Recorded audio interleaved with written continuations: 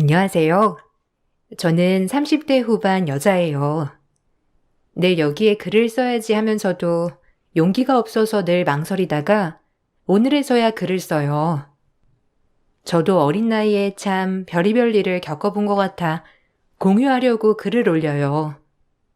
평생을 저를 위해 뒷바라지 해주신 부모님은 열심히 남의 집 일을 하시다가 제가 성인이 돼서야 중국집을 인수하셨습니다.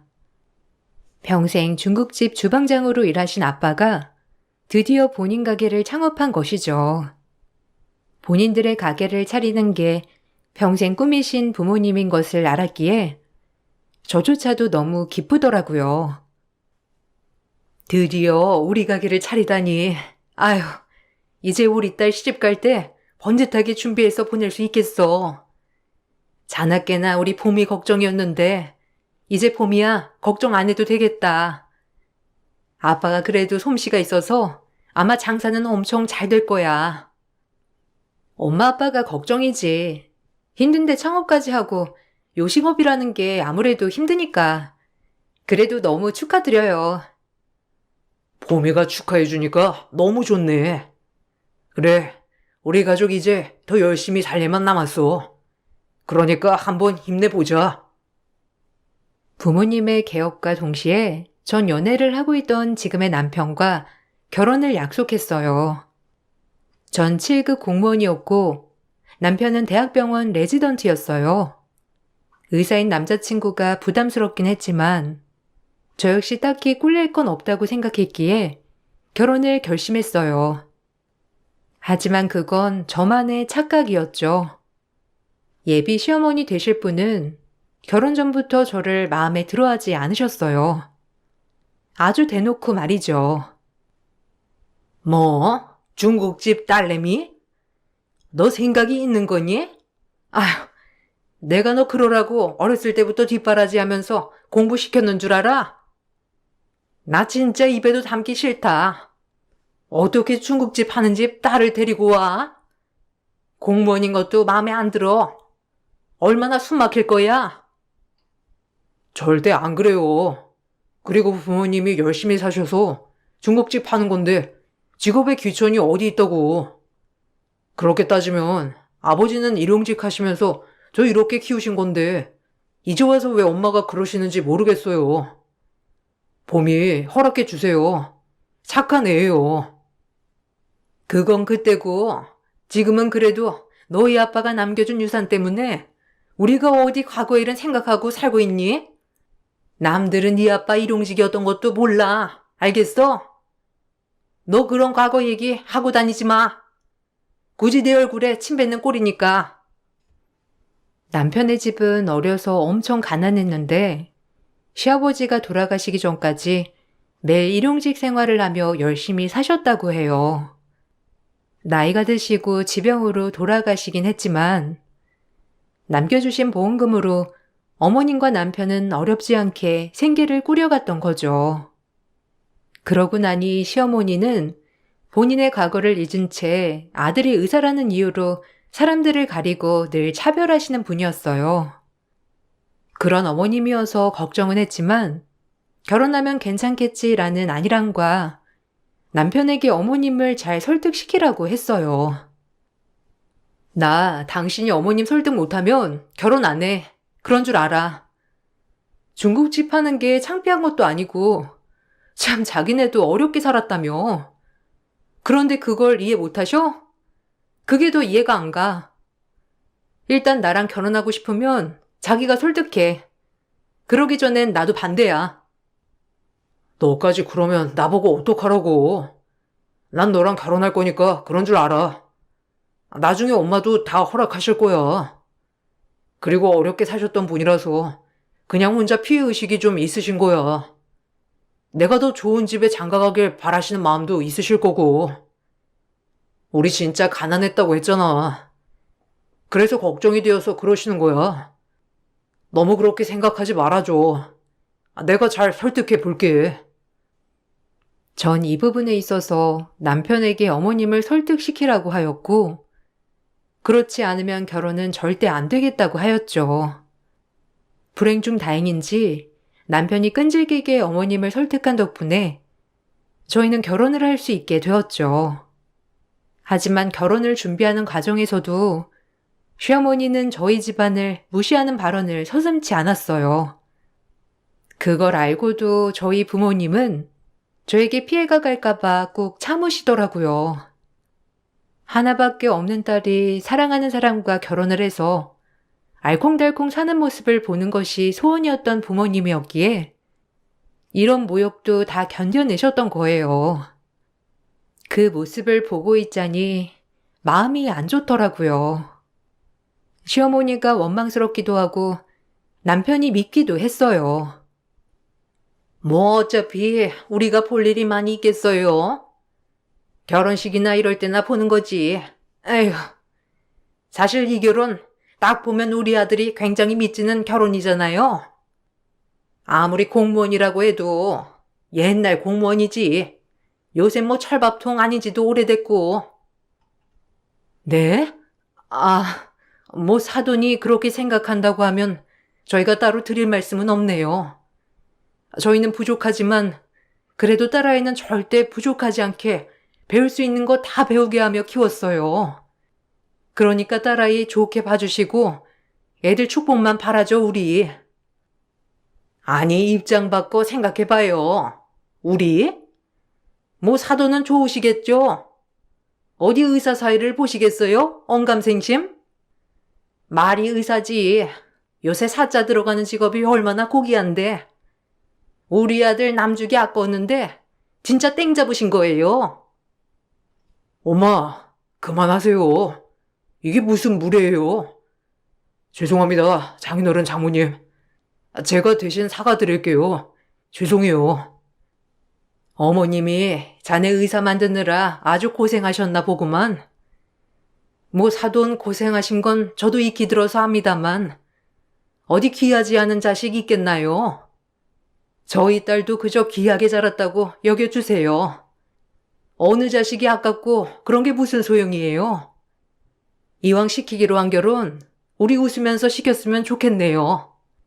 저라고 딸아이가 매우 아깝지 않은 건 아니니까요. 아셨죠? 엄마는 아주 우아하고 교양 있게 시어머니에게 일침을 놓으셨지만 시어머니는 듣는 둥 마는 둥 하시더라고요. 남편도 민망했는지 저희에게 사과를 했지만 그 자체에서 부들부들 떨리더라고요. 대놓고 저희 부모님을 모욕하는 것 같아 기분이 너무 나빴어요.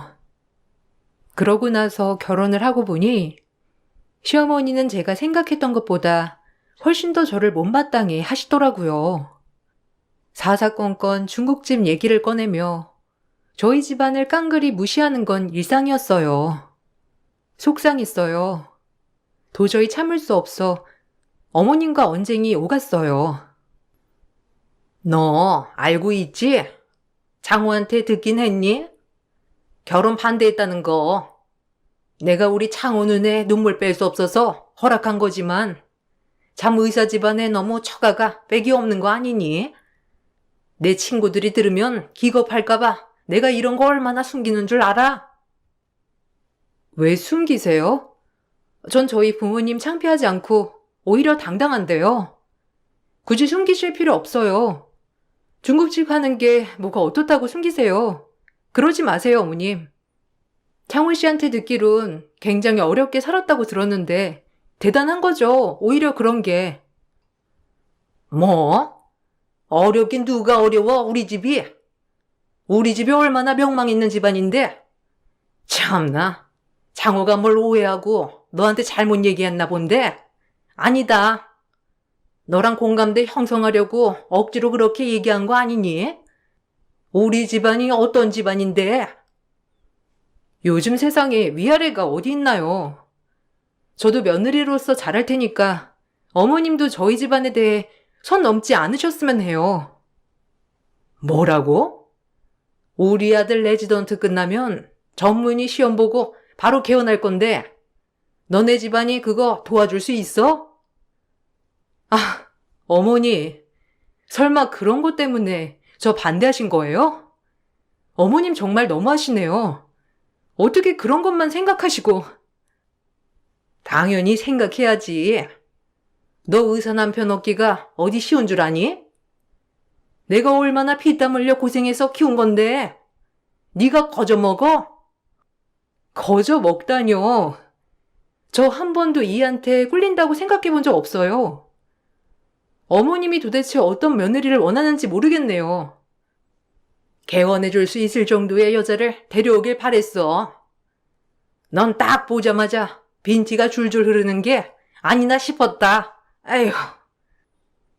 어머님은 저희 집에서 남편 개원할 때 조금이라도 도움이 될 수 있냐며 대놓고 물어보셨고, 저희 집은 그럴 형편이 되지 않았기에 그럴 수 없다고 얘기를 하자, 역시나 어머님은 며느리를 잘못 들였다고 혀를 차셨어요. 자존심이 상하더라고요. 결혼한 지 얼마 되지 않아서 충격을 받았긴 했지만 최대한 의연한 척 했어요.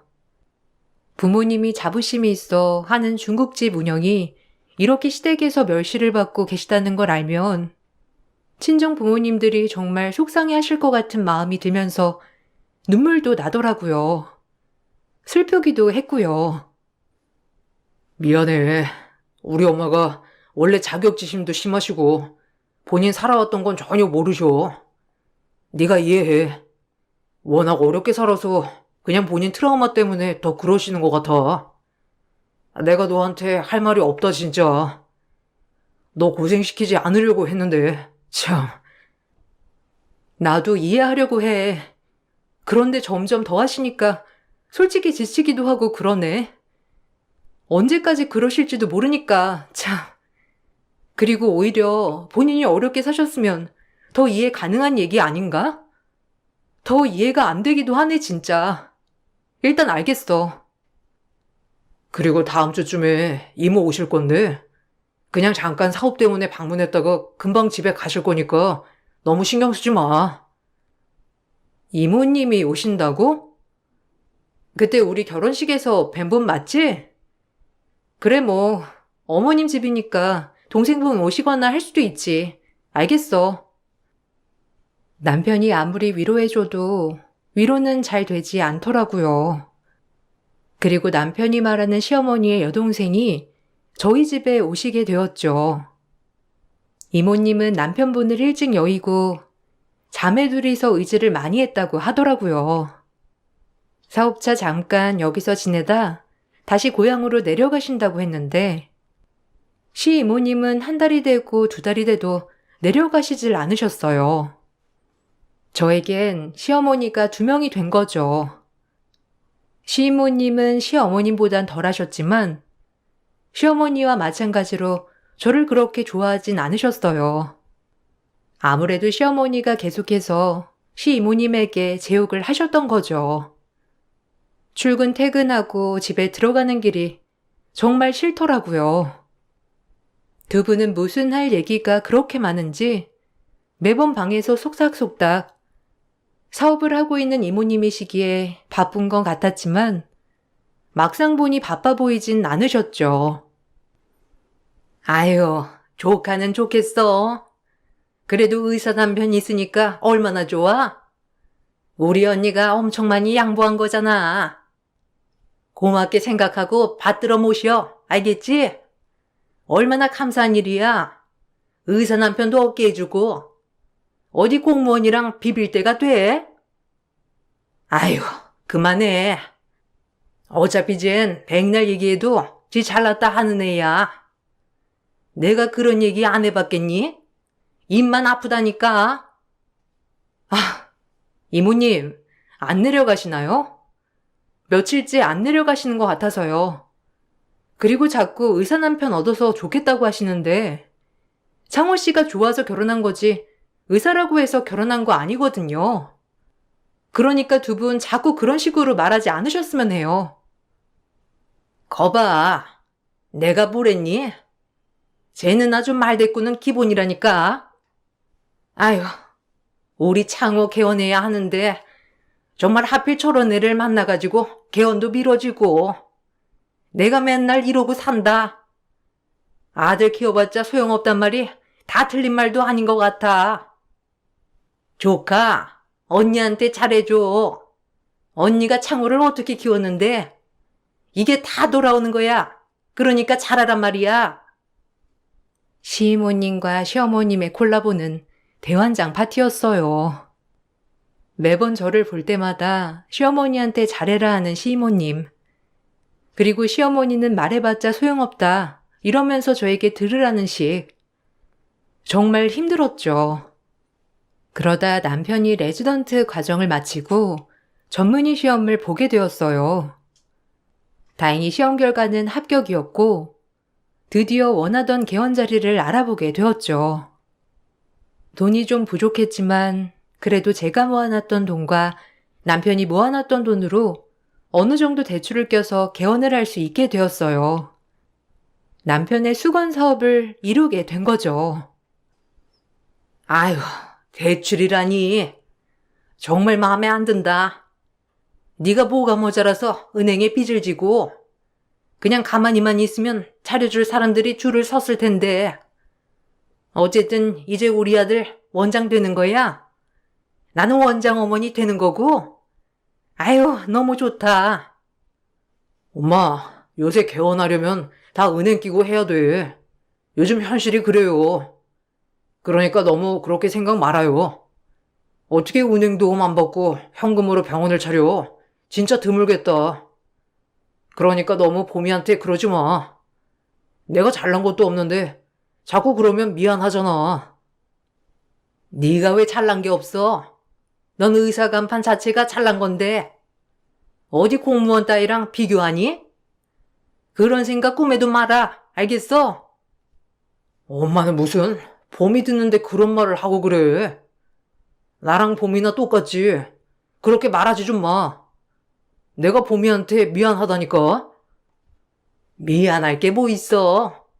이런 걸 보고 팩트 폭행이라고 하는 거야. 너도 인정하잖아. 우리 창호한테 미치는 거. 네? 아니요. 사람 사이에 미치고 말고 할 게 있나요? 그리고 어머님이 너무 세상 물정을 모르셔도 너무 모르시는 것 같네요. 하여간 말하는 거 하고는 싹싹한 구석이 일이라고는 없지 아주. 그렇게 무뚝뚝해서 일은 어떻게 한다니? 에휴. 시어머니 얘기를 옆에서 듣고 있자니 너무 어이가 없더라고요. 그놈의 의사 아들이 뭔지 의사 해대는 건지 정말 웃겼어요. 남편은 어머니에게 그런 게 아니라고 설득하려 했지만 어머님은 씨알도 안 먹히셨고요. 맨날 아들 하시는 거 오늘도 그러시나 보다 하고 그냥 넘겼어요. 그리고 남편은 개원 준비로 한창 바빠 새벽에 들어오는 일이 잦아졌고 시어머니도 시이모님의 사업을 잠깐 도와주는지 두 분이 바쁘더라고요. 막상 퇴근 후 집에 혼자 있으니 오히려 시어머니와 시이모님에게 해방이 된 것 같아 너무 좋은 나날들이었어요. 그렇게 시간이 흘렀고 남편은 결국 소원 성취를 이루었습니다. 드디어 개원이 하루 앞으로 다가온 것이죠. 남편이 너무 좋아하니 저 역시도 참 좋더라고요. 그리고 남편이 이 모든 걸 고마워 하더라고요. 고마워. 그래도 너 덕분에 이렇게 좋은 자리에서 할 수 있게 됐어. 어느 정도 도와줬잖아, 자기가. 정말 고마워. 에이, 그거 얼마나 한다고. 훨씬 많이 대출 받았잖아. 나도 좀 여유가 있어서 더 도와주고 싶은데 그렇게 안 돼서. 충분해. 진짜 내가 더 미안하지. 너한테까지 손 벌리고. 그래도 병원 잘 되면 진짜 너 덕분이야. 우리 병원 일대 주주님. 주주? 말이라도 그렇게 해줘서 너무 고마워. 어쨌든 이제 우리 집 꽃게만 거릴 일만 남았다. 너무 축하해, 이 원장님. 남편과 그렇게 축배를 터뜨리고 있을 무렵이었죠. 시이모님과 시어머니는 뭔가 안 좋은 표정을 하고 집에 오셨지만 저희를 보곤 또 아무렇지 않은 척을 하시더라고요. 그리고 저희끼리 축배를 나누는 현장을 보곤 이제 개원이 하루 앞으로 다가왔다며 또 오자마자 아들을 내세우면서 말하기 시작하더라고요. 역시나 본인 아들 내세우는 거에 심취해서 아주 웃기더라고요. 우리 이 원장님, 내가 이 원장 만들려고 얼마나 갖은 노력을 했는데 너도 알잖아? 아유, 죽 써서 개 줬지 뭐니. 아유, 그러니까 언니 고생한 거야 나도 알지. 죽 써서 개 줬다니. 언니도 말을 웃기게 한다니까. 장호 너 엄마한테 진짜 잘해야 돼. 알겠지? 조카도 시어머니 말 듣기 싫다고 생각 말고 좀 경청해서 듣고. 우리 언니가 얼마나 고생을 했는데 알겠지? 이모가 말 안 해도 다 알아요. 그리고 엄마, 죽 써서 개 줬다니. 아니 무슨 말을 해도 내가 물건도 아니고 지금 개원한 것도 봄이가 조금 도와줬으니 망정이지. 진짜 나 혼자였으면 어림도 없었어. 그러니까 그런 말 좀 하지 마요. 네? 언제까지 그럴 거야? 나도 뭐 어머님 하루 이틀 저러시나 그러려니 해야지. 평생을 마음에 안 들어 하실 건데 뭐. 난 이제 이 꼴이 났어. 저의 말에 시어머니와 시이모님은 저를 번갈아 째려보셨고 전 아무렇지 않게 그냥 무시했어요. 그리고 드디어 고대하던 남편의 개원식이 열렸죠. 직원들과 모두 병원 정리를 조금 하고 있을 무렵 친정 부모님이 오신다고 하시더라고요. 그래도 사위 개원한다고 축가 선물과 저에게 해줄 얘기가 있다고 오신다고 하시더라고요. 이것저것 직원들 먹을 거랑 저희 먹을 것을 가지고 오신다고 하시는 부모님에게 너무 고마웠어요. 그렇게 너무 기쁘게 친정 부모님을 맞이할 준비를 하고 있는데 친정 부모님이 오신다고 하자 시어머니는 급격히 얼굴이 굳어졌습니다. 그리고 직원들이 다 있는 데서 소리를 질렀죠. 아, 기가 막혀. 너 생각이 있는 거니? 내가 너 원래도 좀 경우 없는 건 알았지만 어떻게 우리 이 원장 체면도 있지? 중국집 하는 엄마를 오시게 해? 너 우리 아들 얼굴에 먹칠하는 거니? 아서라! 요리만 보내라고 해. 어딜 와 오긴? 직원들 보는 눈도 생각해야지. 이 원장 처갓집이 중국집 한다고 하면 어찌나 수군거릴 거야? 넌 생각이 있는 거니? 뭐라고요? 어머님 어떻게 말씀을 그렇게 하실 수가 있어요? 중국집 하는 게 뭐가 어떻다고? 그럼 도대체 어머님은 뭐 얼마나 고상하신데 그렇게 말씀하시는 거예요? 정말 너무하시네요. 끝까지 그놈의 중국집 타령 오히려 천박해요. 뭐야? 어쨌든 내가 다른 건 다 양보해도 우리 이 원장 개업식에 너네 엄마 오는 꼴은 못 보니까 그런 줄 알아? 아니요. 보기 싫으면 어머님이 가시면 되겠네요. 사위 개업식이라고 이것저것 챙겨서 오신다는 부모님, 전 두 팔 벌려 환영할 거니까 그런 줄 아세요. 보기 싫으시면 가시던지 하세요. 그게 깔끔하겠네요. 전 얘기 끝났습니다. 시어머니는 제 말이 끝나자마자 화가 나셨는지 모든 직원이 보는 앞에서 저에게 서류 더미를 던져대며 화를 내시더라고요. 제가 끝끝내 부모님을 모시겠다고 해서 말이죠. 순간 너무 어안이 벙벙하고 어이가 없었어요. 이 모습들을 보고 있는 직원들을 생각하니 정말 창피하더라고요. 전 그런 시어머니에게 그만하라고 소리를 쳤지만 시어머니는 계속 화를 내시더라고요.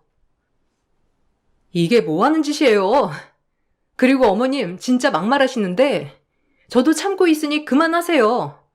한 번만 더 이러면 못 참아요. 네가 못 참으면 어쩔 건데 공무원 나무랭이가 의사 엄마한테 뭘 어쩔 거냐고? 어디 중국집 딸내미가 나한테 소리를 질러? 그러던 중 친정 부모님이 도착했고 결국 그 모습을 보게 되었어요. 친정엄마는 잔뜩 화가 나신 얼굴로 병원 한가운데서 철가방을 여시더라고요. 음식들 사이로 웬 서류 한 장을 시어머니에게 던졌습니다. 그리고 그걸 본 시어머니는 기겁을 하고 보고 있던 시이모, 시어머니 즉, 시댁 집안 전체가 나락에 빠지고 말았죠. 저와 남편도 정말 어처구니가 없었어요. 어디서 감히 내 딸한테 손찌검이야? 이 무식한 여편네가 아들 팔아서 장사니까 좋았습니까? 내가 모를 줄 알았어? 이서방, 자네 알고 있었나?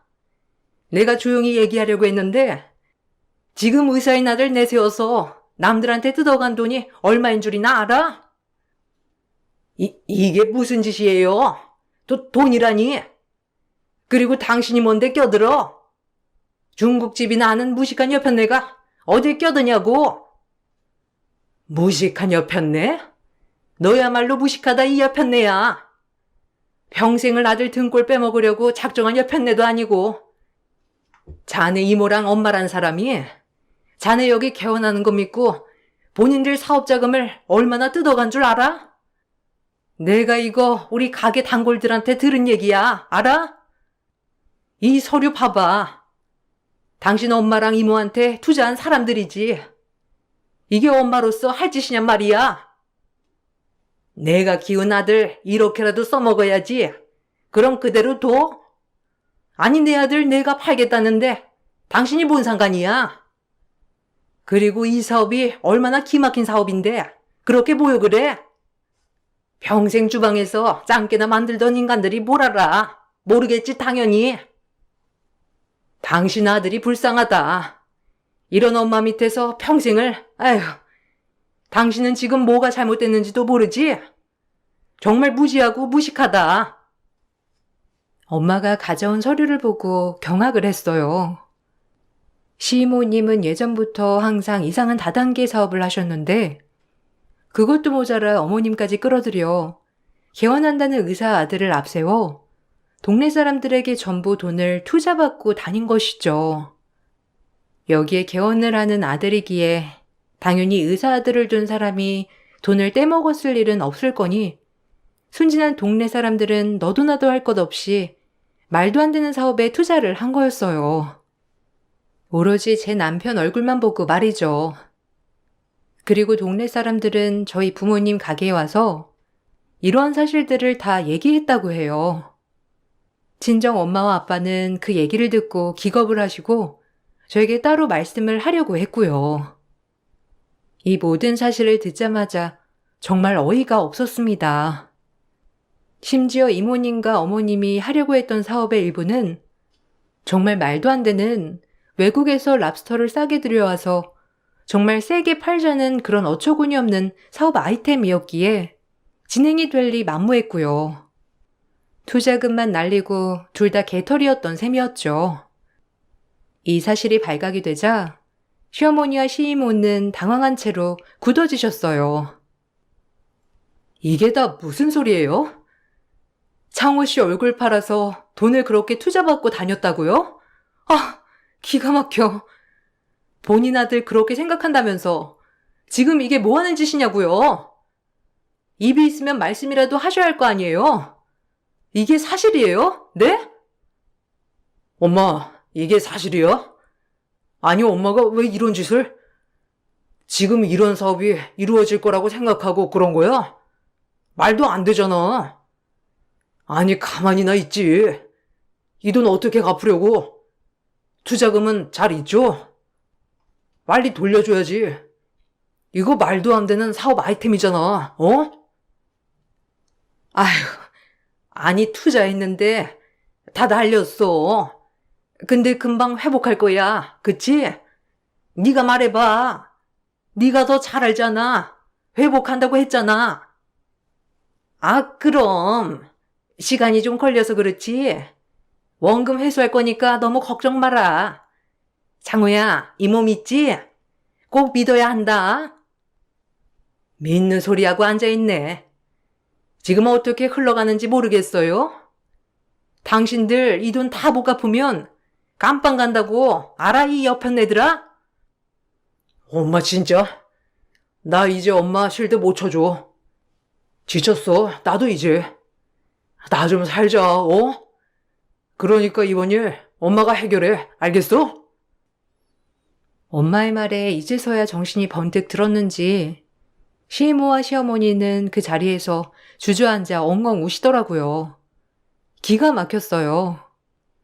직원들도 너나 할 것 없이 당황해 있고 남편만 난감하게 되었죠. 그리고 역시나 그날 일이 일어나고 투자자들은 병원에 들어와서 투자금을 회수하려 들었어요. 어처구니가 없었어요. 그리고 전 이번 일을 가만히 넘기면 안 되겠다고 생각을 했고 남편 또한 심각성을 느꼈어요. 그리고 결국 저희에게 받아낼 돈이 없자 투자자들은 시어머니와 시이모를 고소하기 시작하더라고요. 오히려 잘됐다 생각했습니다. 순진한 사람들 꼬셔서 돈을 뜯어냈으니 벌은 받아야 한다고 생각했거든요.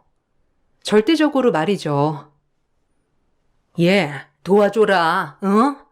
너 여윳돈 있잖아. 아니 공무원 대출이라도 받아서 그거 갚아주면 안 되니?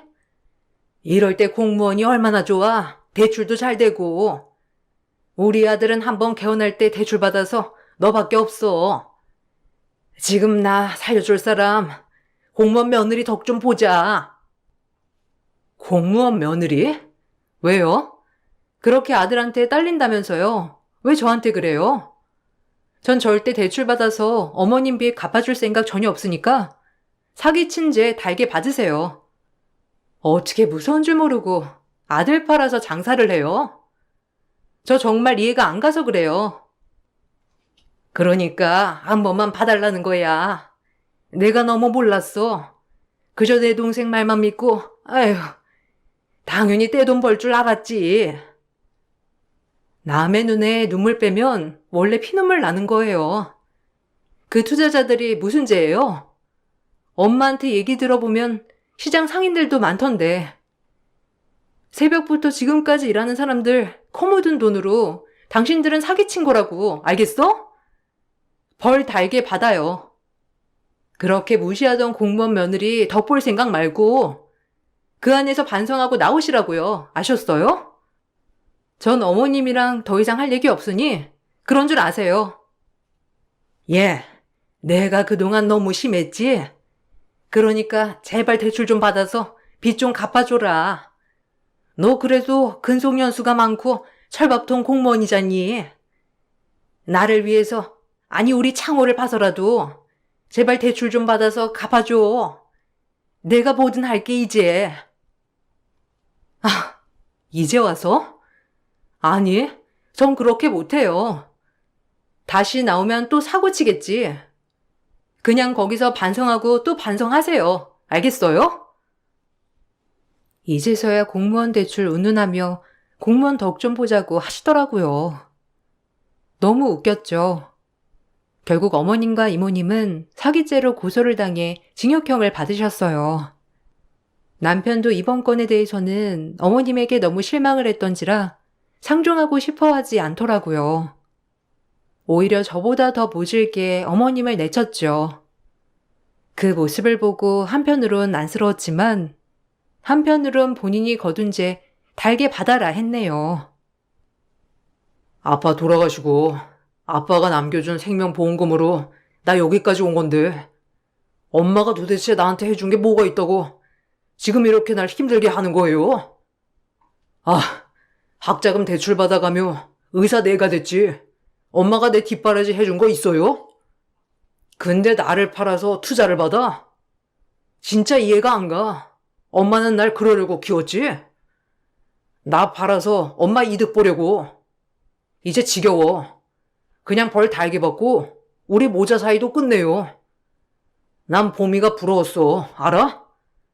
평생 저렇게 열심히 사시는 부모님이 계셔서. 너 어떻게 엄마한테? 아니 네가 아들이라면 엄마를 꺼내줘야지. 어쩜 그렇게 말을 모질게 해?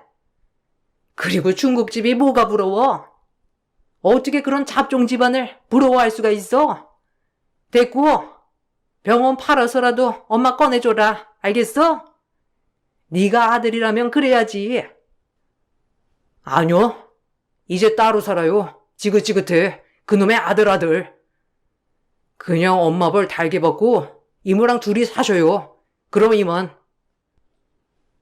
남편은 그동안 쌓인 분노로 인해 어머님과 손절을 선언했고, 결국 어머님은 투자자들과 합의를 하지 못한 채 교도소에 가셨어요. 그리고 상심이 큰 남편을 대신해 마음이 참 아프더라고요. 다행히 어머님이 교도소에 들어가셨고, 남편은 상속 포기각서까지 다 써서 투자자들에게 돈을 갚지 않아도 되었죠. 그리고 한참 이 문제로 동네 바닥에서 소문이 나 병원이 시끄러웠지만 워낙 실력이 출중한 안과 의사였던 남편이었기에 다행히 문전성시를 이루게 되었답니다.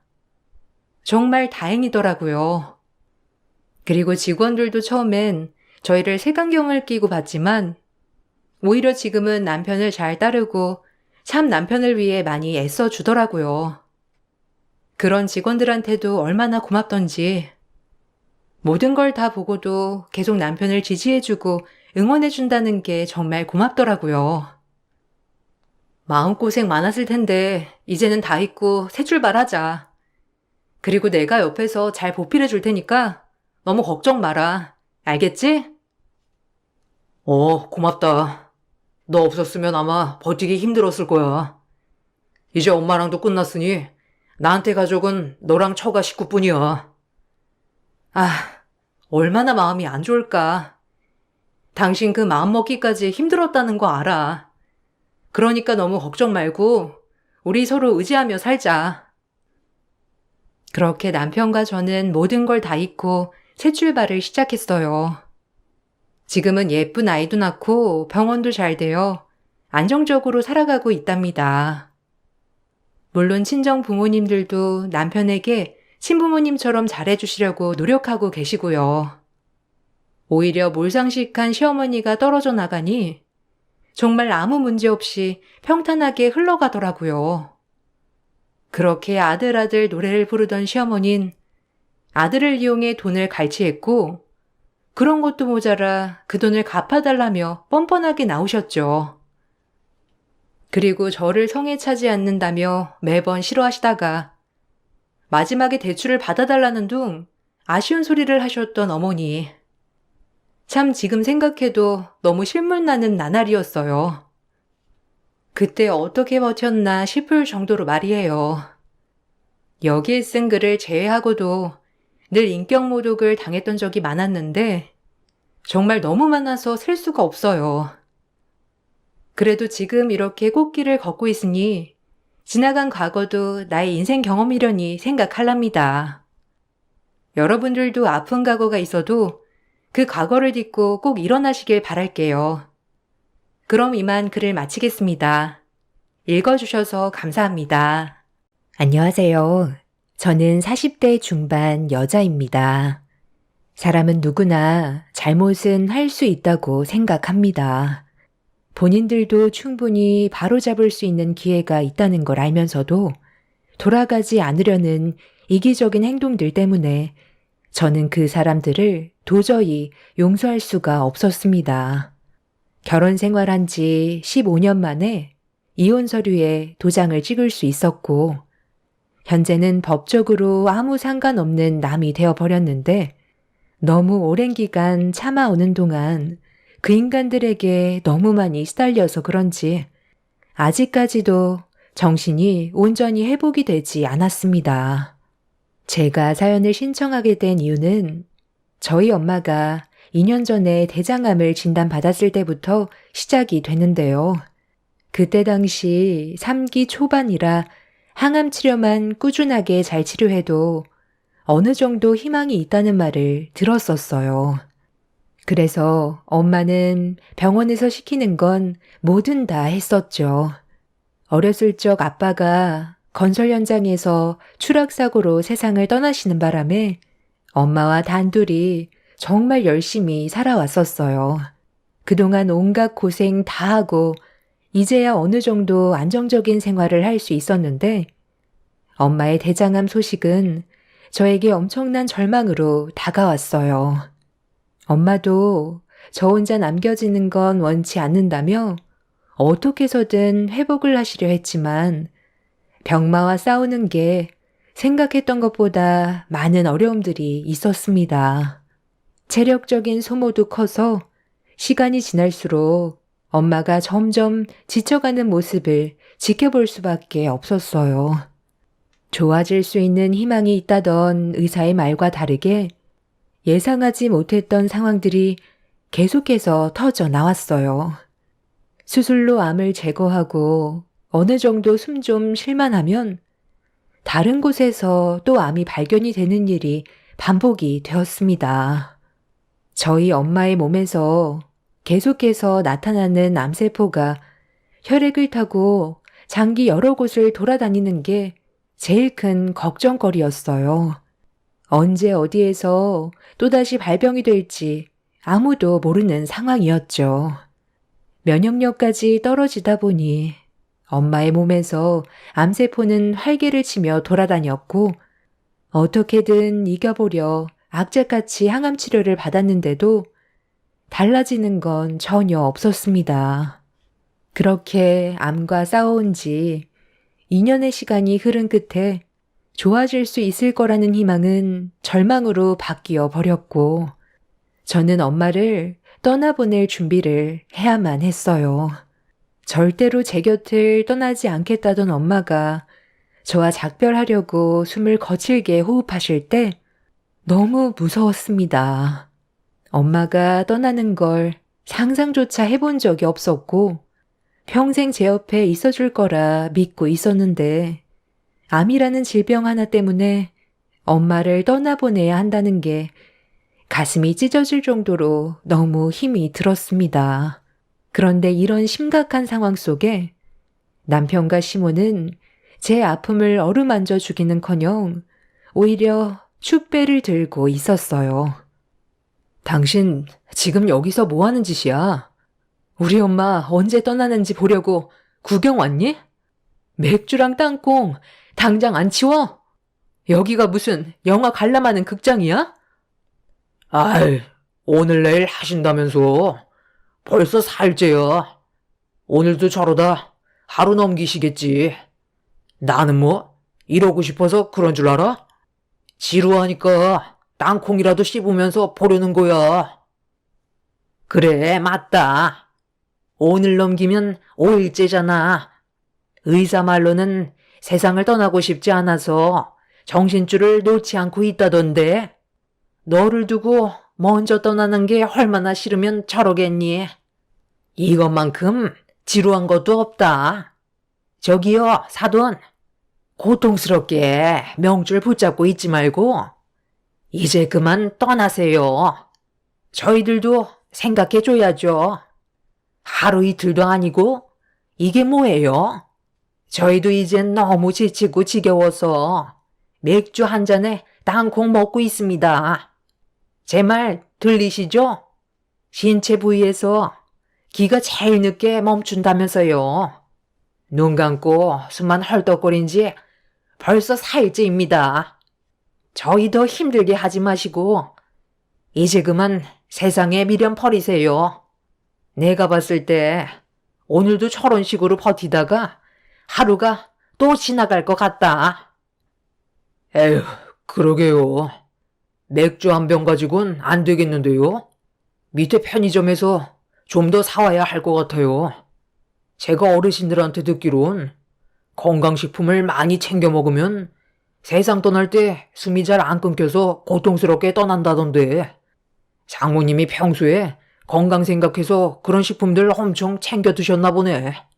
그러니 저렇게 눈만 감고 버티시지. 저는 개념 없는 두 모자의 얼굴을 보고 싶지 않아 다 필요 없으니까 나가시라며 소리를 질렀어요. 남편과 시모는 화가 난 제 모습에 당황하면서 자리를 피했지만 좀처럼 화가 가라앉지 않았어요. 하루 이틀도 아니고 남편과 시모의 행동은 저를 너무 힘들게 만들었어요. 저는 엄마가 떠난다는 것 때문에 정신적인 충격이 상당한데 두 모자는 이런 상황을 즐기고 있었습니다. 그동안 저희가 얼마나 많이 도와줬었는데 엄마가 떠날 때 보인 두 모자의 모습은 제 화를 더 키웠고 이 일이 마무리되면 두 사람과의 인연도 정리할 생각을 가지고 있었어요. 인생에 필요 없는 사람들과 함께할 이유가 없다고 결정을 하게 되었죠. 숨 넘어가는 사람 앞에서 맥주와 땅콩을 사가지고 와서 먹고 있을 땐 당장이라도 두 모자의 머리채를 잡아버리고 싶을 정도로 화가 많이 났었습니다. 엄마의 마지막 순간에 안 좋은 모습 보여드리고 싶지 않아 최대한 이성을 놓지 않기 위해 두 모자를 내쫓았는데 집으로 돌아간 줄 알았던 그 인간들이 잠깐 화장실을 가려고 병실 밖을 나왔을 때 비상계단으로 향하는 모습을 보게 되었습니다. 왜 병원에서 맴돌고 있는지 이해하지 못한 저는 한마디 하려고 비상계단 문을 열었는데 두 모자의 대화에 깜짝 놀라 입을 다물지 못할 정도로 경악을 했어요. 너무 충격적인 대화라 온몸에 소름까지 돋았습니다. 대장암은 유전적인 요인이 상당하다던데. 애미는 아직 몸에 이상 없다디? 이왕이면 안 싸돈 세상 떠날 때 같이 가면 장례를 2번 안 치러서 상당히 편할 텐데. 그래야 그 식당 우리가 가져갈 수 있을 거 아니야. 언제 떠날지도 모르는 며느리 목 빠지게 기다리는 것도 참 그렇네. 무슨 방법 없니? 식당을 우리 걸로 만들 방법 정말 없는 거야? 사돈이 떠났으면 그 식당 며느리한테 자동으로 넘어갈 텐데 명의를 너로 변경할 수 있게 계획 좀 세워봐라. 돈 되는 건 우리가 가져가야지. 저도 생각을 안 해본 건 아닌데요. 저 사람이 장모님 식당을 저한테 줄 이유가 없잖아요. 저도 식당 일을 같이 도와서 하는 입장이긴 했어도 저는 혈육이 아니라서 얻어갈 수 있는 게 아무것도 없더라고요. 그래서 제가 보상받을 수 있는 방법을 좀 생각해 봤는데 이거 어떤 것 같아요? 차라리 이게 더 속 편하지 않아요? 다른 말은 다 들렸는데 마지막에 남편이 뱉은 한마디는 제 귀에 들리지 않았어요. 시모의 귀에 대고 속삭이는 바람에 어떤 계획을 가지고 있는 건지 알 수가 없었습니다. 두 모자가 우리 집안을 어떻게 생각하고 있는지 충분히 알게 된 이후 이혼은 조금도 고민하지 않았어요. 한창 예민한 나이인 아이들이 마음에 걸리기는 했지만 그렇다고 이런 상황을 알고도 모른 척 지낼 수는 없었어요. 그렇게 되면 나중엔 저에게까지 피해가 올 수도 있었고 마지막에 듣지 못했던 남편의 한마디 때문에 불안해서 하루빨리 이혼을 하고 싶었습니다. 엄마가 세상을 떠난 뒤 3일장이 끝나는 순간 남편과의 이혼을 결정하게 되었고 비상계단에서 듣게 된 두 모자의 진짜 모습들에 더는 어떠한 미련조차 남아있지 않았어요. 엄마는 결국 마지막까지 놓지 않으려 했던 제 손을 놓게 되면서 끝내 버티지 못하시고 그날 세상을 떠나셨습니다. 사랑하는 사람이 곁을 떠나게 된다는 건 너무 가슴 아픈 일이었어요. 숨은 멎었는데 재혼은 따뜻했고 고통스러워하던 좀 전의 모습과는 다르게 평온을 되찾은 얼굴을 하고 있었습니다. 아무리 엄마를 외쳐 불러도 깊은 잠에 빠지셨는지 더 이상 어떠한 움직임조차 없었어요. 그렇게 한참 동안 점점 굳어가는 엄마를 끌어안은 채 마지막으로 했던 말은 그동안 고생했고 사랑한다는 말이었어요. 아빠가 세상 떠난 뒤 먹고 살기 위해 앞만 보며 열심히 살아왔던 엄마의 세월이 담긴 거칠고 굽어진 손은 눈물을 멈추지 않게 만들었어요. 제가 옆에서 엄마의 일생을 모두 봤기 때문에 엄마를 떠나보내는 게 더 힘들었던 것 같아요. 그렇게 눈물로 엄마의 3일장을 치르기 위해 정신없이 준비하고 있는데 엄마가 떠난 소식을 접하게 된 남편과 시모가 장례식장에 고개를 내밀었습니다. 이미 그 인간들이 어떤 마음을 가지고 옆에 있는 건지 알기 때문에 상대하고 싶지 않아 아무 말도 하지 않고 있었습니다. 에휴, 끈질기게 버티더니 그래도 5일은 못 넘기고 가버렸구만. 어차피 떠나게 될 거. 왜 이렇게 세상에 미련을 가져서 여러 사람 힘들게 한 거야? 진작 떠났으면 벌써 3일장 치렀을 텐데. 하여간 갈 때까지 속 썩이는구만. 요 며칠 신경 쓰여서 끼니도 제대로 먹지 못했는데 오래간만에 육개장에 밥 좀 말아 든든하게 먹어야겠다. 뭐니 해도 장례식은 육개장과 편육이지. 그리고 술이 빠져서야 되겠어. 애미 너도 그건 밥도 제대로 먹지 못했을 텐데 3일장 치르려면 체력이 많이 필요하니까 사람들 몰리기 전에 미리 밥 먹어두는 게 좋을 거다. 그런데 여기 공기가 왜 이렇게 냉한 거야? 다른 곳은 안 그러던데 여기만 유독 공기가 차갑네. 주위를 왜 둘러보세요? 뭐 찔리는 거라도 있는 거예요? 어머님이 지은 죄가 많으니까 그런가 보죠. 세상 떠날 날이 가까워오면 몸이 먼저 반응한다던데 어머님도 떠날 날이 얼마 남지 않았나 봐요. 우리 엄마가 먼저 가신 것뿐이지 어머님은 얼마나 오래 있을 것 같은데요. 그날이 하루라도 빨리 왔으면 좋겠어요. 당신 지금 말 다 했어? 우리 엄마는 아직까지 건강하시다고. 병실에서 맥주 한잔 한 것 때문에 아직까지 화가 덜 풀린 것 같은데 말 조심하는 게 좋을 거야. 나한테 방금 말 조심하라고 그랬어? 누가 먼저 잘못을 했는지 전혀 인지를 못하나 봐. 당신이랑 어머님이 하는 태도를 봐봐. 이게 지금 정상적인 집안이야? 그래도 우리 엄마한테 하루빨리 세상 떠났으면 좋겠다고 말을 하는 건 잘못된 거지. 장모님은 어차피 떠나게 될 상황이었잖아. 존말할 때 당장 사과드려. 늙으면 서러워서 못 산다고 하더니 그 말이 딱 맞나 보다. 하나밖에 없는 며느리 눈치 보여 살 수 있겠니?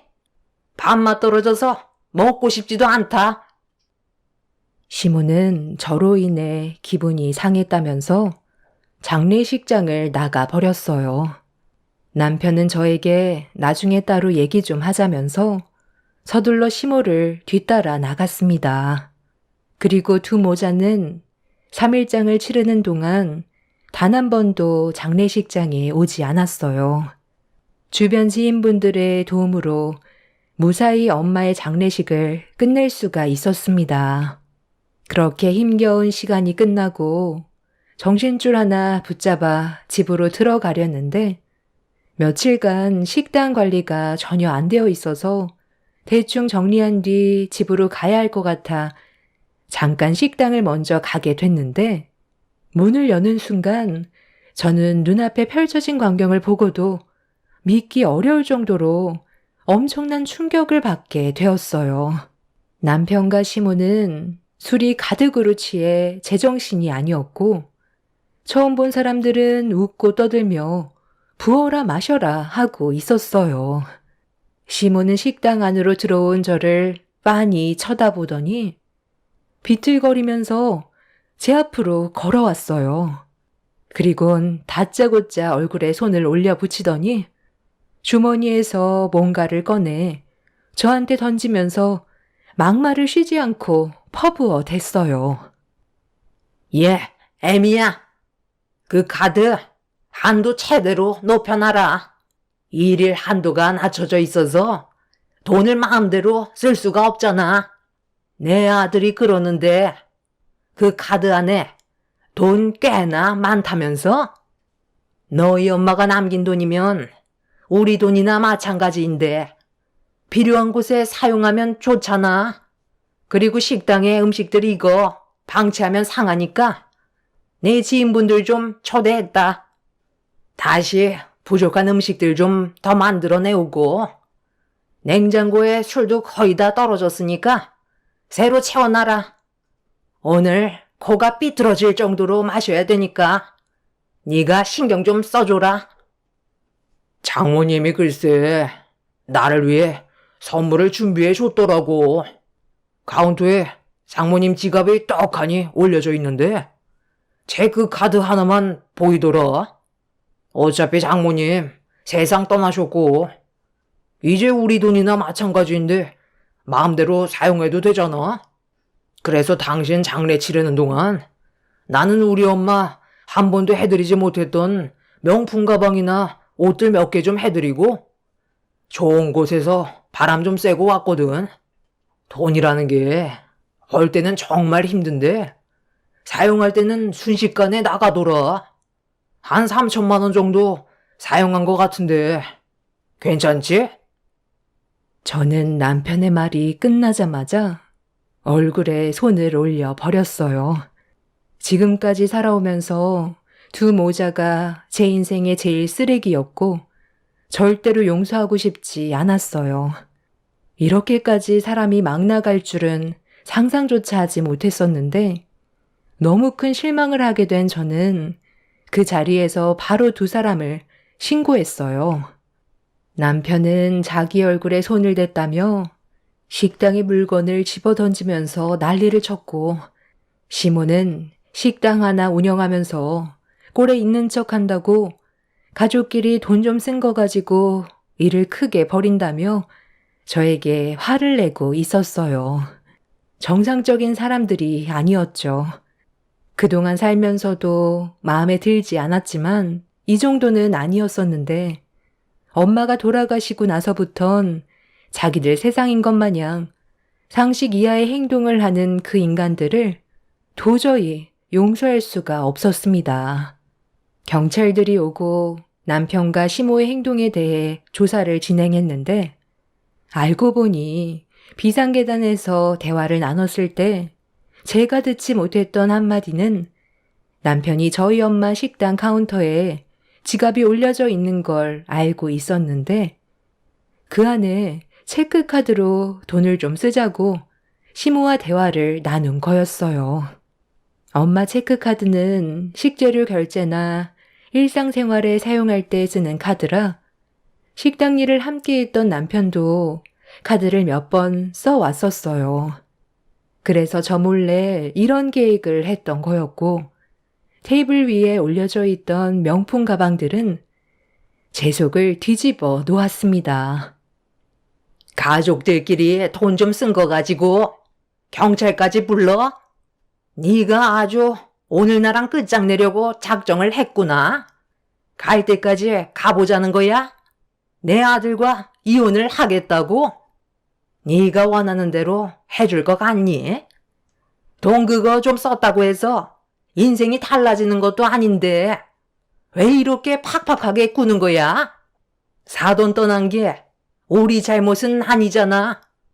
지금 힘든 거 충분히 알겠는데 살면 또 사라진다. 시간이 알아서 모든 걸 다 해결해 줄 거고 다시 제자리를 잡을 건데 시애미가 지금까지 살면서 명품 가방 한번 구경 못 해봤다고 아들이 큰맘 먹고 결제해 줬는데 이 정도는 눈 감아줄 수 있는 거잖아. 그리고 그동안 우리 아들이 식당 일 하면서 얼마나 고생이 많았니? 그 고생한 만큼 보상이라 생각하는데 뭐가 잘못됐다는 거야? 지인들 식당에 초대할 수도 있는 거지. 안 써돈 있을 때 눈치 보여서 사람들 초대도 못했었다. 무상으로 일해줬으면 당연히 그에 따른 보상을 받아야 되는 건 당연한 거잖아. 당신만 입이야? 나도 힘들게 일한 만큼 월급 받아 돈을 쓰고 싶었다고. 진짜 너희들은 말로 해선 안 될 것 같다. 우리 엄마한테 돈을 받을 처지라고 생각해? 그게 그동안 불만이었다고? 시아버지가 노름 때문에 사고치고 도망치다가 사고로 세상 떠나신 게 벌써 6년이나 됐어. 아직까지 빚이 산더미인 거 몰라? 네가 우리 엄마 식당에서 일하는 동안 매달 그 돈 빚 갚는데 전부 꼬라 박은 거 알면서 지금 그런 말이 나와? 한두 끝도 없이 주는 거에 감사하게 생각하기는커녕 오히려 돈을 안 줘서 불만이었다고? 그래서 내 허락 없이 식당에 함부로 들어오고 돌아가신 우리 엄마 카드로 저딴 쓰잘머리 없는 명품 가방이나 사고 있어? 아주 두 모자가 쌍으로 정신이 나갔네. 둘 다 콩밥 먹어봐야 정신 차리지? 저는 그날 이후 남편과 이혼 소송을 준비했고 두 모자에게 법적 처벌을 내리기 위한 준비를 했어요. 화가 머리끝까지 올라온 저는 두 모자를 절대로 용서하고 싶지 않아 이름 있는 변호사와의 상담을 통해 법적 자문을 구했고 오랜 시간 상담한 결과 두 모자는 타인의 분실카드 횡령죄와 타인의 카드를 부정한 방법으로 사용한 죄, 그리고 타인의 소유의 카드를 자신의 소유인 것처럼 속이고 사용한 점에 대해 처벌을 내릴 수 있다는 걸 알게 되었습니다. 점유물 이탈 횡령죄, 여신 전문 금융업법 위반 사기죄, 거기에 더해 엄마의 식당에 허락 없이 들어와 자기 식당인 것 마냥 함부로 이용한 것과 제 얼굴에 손을 댄 행동들, 식당 물건들을 집어던진 기물 파손죄, 영업 방해 등등 할 수 있는 건 전부 다 포함시켰습니다. 뒤늦게 자신들이 한 행동에 대해 상황이 심각하게 흘러가고 있다는 걸 인지하게 된 두 모자는 그제서야 사태를 수습하려고 저와 좋게 합의를 보려고 했어요. 반성은커녕 자신들이 저지른 잘못에 대한 처벌 수위를 낮추려는 행동들이 저를 더 화가 나게 만들어 저는 어떠한 합의도 하지 않고 그대로 밀어붙였습니다. 그러자 시모가 울며 불며 애원을 하기 시작했어요. 아이고, 내가 이 나이에 징역을 산다는 게 말이 되니? 그냥 좋게 합의 보면 안 되겠어? 그동안 우리가 했던 잘못 충분히 뉘우치고 있다. 그러니 좋게 정리하자. 원하는 대로 내 아들과 이혼했잖아. 서로 안 좋은 감정만 남긴 채 끝내면 나중에 손주들 보기에도 얼마나 창피한 일이야. 애들 한참 민감할 나이에 애비랑 할미 욕설이가 웬 말이야. 애비가 징역을 산다고 하면 애들이 얼마나 마음 아파하겠어? 나도 이 나이에 징역이 웬 말이니? 그곳에서 어떻게 견디면서 살아갈 수 있겠냐고. 한 번만 용서해다오. 왜요? 징역 사는 게 많이 두려우세요? 그럼 처음부터 잘했어야죠. 이제 와서 빈다고 달라질 건 아무것도 없어요. 내가 받은 상처가 치유되려면 당신이랑 그 인간이 내 두 눈앞에서 처벌을 받아야 한다고요. 저는 절대 합의 없으니까 들어가서 거기서 생을 마감하던 달게 받으세요. 거기에서도 살면 다 사라져요. 사람은 새로운 환경에서도 빠르게 적응한다면서요. 제가 듣기론 최대 8개월 정도 징역을 받을 것 같다던데 너무 짧아서 1년까지 밀어보려고요. 마음 같아선 평생 나오지 못하게 하고 싶지만 법이라는 게 제 마음대로 되지 않잖아요. 아마 그 인간은 형량이 좀 더 길게 나올 거예요. 저희 엄마 집에 무단 침입해서 금품까지 빼갔었잖아요. 수사하던 도중 밝혀졌는데 이건 모르고 있었죠? 그 인간 차에서 엄마의 금품들과 돈 되는 물건들이 나왔다고요. 우리 엄마가 떠나셨는데 위로를 해주기는커녕 머릿속에는 돈 될 만한 물건이 뭐가 있는지 그것부터 생각했지 뭐예요. CCTV에 촬영된 날짜가 저희 엄마 장례가 시작되자마자 행동으로 옮겼더라고요. 당신들 때문에 우리 집안이 무너졌는데 당연히 당신들도 무너져야지.